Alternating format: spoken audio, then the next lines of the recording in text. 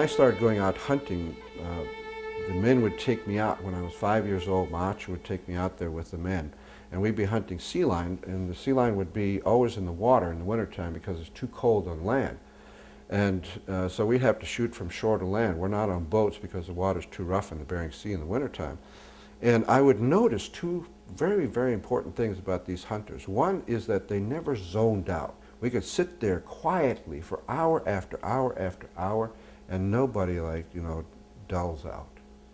They're just there, constantly aware. And then the second thing is that they would always know when a sea lion is coming even before we saw it. And I wondered, how in the heck would hunters do that?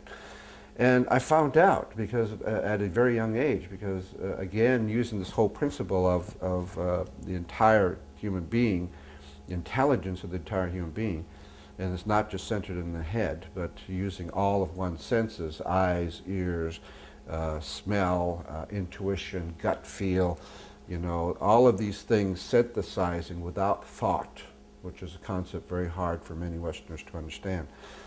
So I'm kind of immersed in that kind of way of knowing. So by age 6, I decided to go out underneath the bird cliffs in Pribilof Islands, on St. Paul Island, where I was born.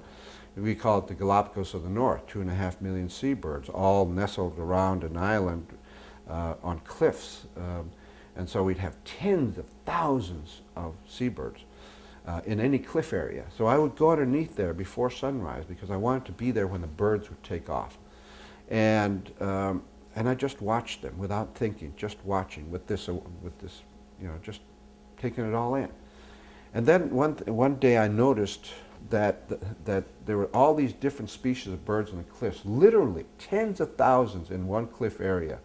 And they're moving, they're flying in every direction, up, down, diagonal, in circles, in opposite circles, and different species at different speeds, at different heights. And never did I ever see a single bird wing clip. Imagine that, tens of thousands of seabirds in what appears to be chaos, and never even a clipped wing involved with that. And I wondered, how did they do that? And an insight arose that I garnered from that I connected to what the hunters were doing. And that is that these birds were intensely alive. They were completely present. They were just nothing but a field of awareness. And so I thought, that must be how they're doing it. So I'm going to try it. So I go out there hunting and I tried this being present.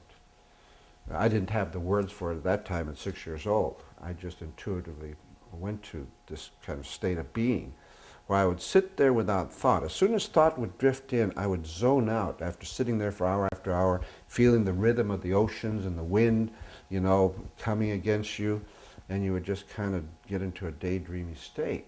But that state means that you're not a good hunter, or you won't be a good hunter because you won't be aware of one sea lion that might come by and show up for 30 seconds that you might have waited for an entire day.